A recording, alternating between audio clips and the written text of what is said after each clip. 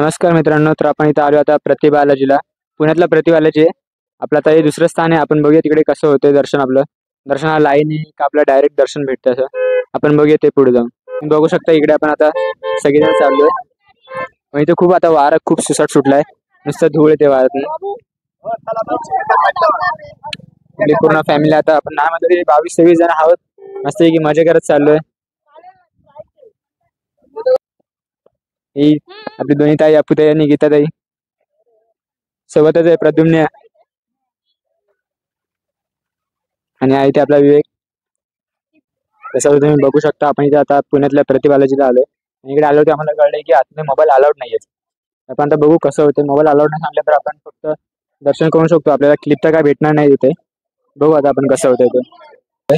आणि आता मी मोबाईल घेऊन आलो लॉकर मधून. तर आता मी त्याची व्हिडिओ तुम्हाला काढून दाखवतोय कशी येते. हे प्रत्येक मंदिराच्या अशी भिंतीवरती एकदम सुंदरसे नक्षीकाम केले आहे त्यांनी. हे खूप जुनं मंदिर आहे तसं म्हणायला गेल्यावरती. त्याची आपण पूर्ण माहिती जाणून घेऊ आपण त्याची सगळी. तुम्ही बघू शकता इथे एक तलाव पण असा आहे सुंदरस.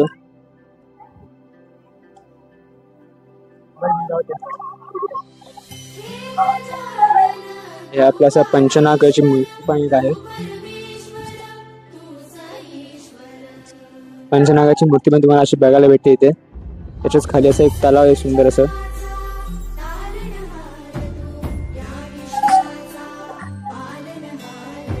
आपले मंदिर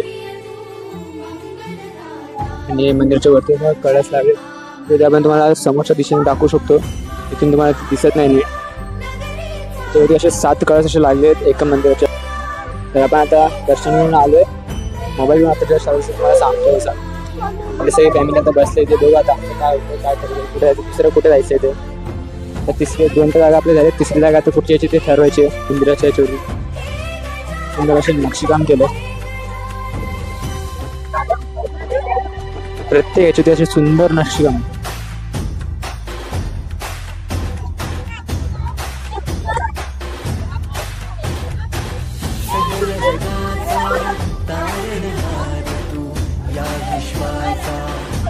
हे आपलं प्रवेशद्वार आहे मंदिराचा. ते मोबाईलला एंट्री जरा पण त्याच्या गेटच्या आतमध्ये एंट्री नाही. गेटच्या बाजूने आपण व्हिडिओ काढू शकतो.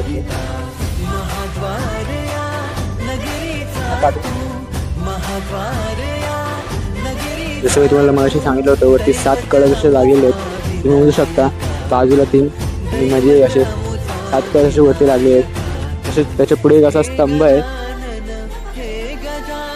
आपल्याला पाहायला भेटेल. एकदम आपण प्रवेशद्वाराच्या पुढे गेलो की एक स्तंभ लागतो. तसा स्तंभ आहे.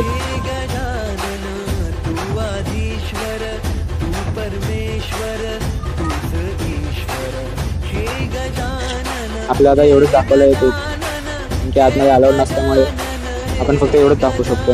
एवढं आपण काही करू शकत नाही आता.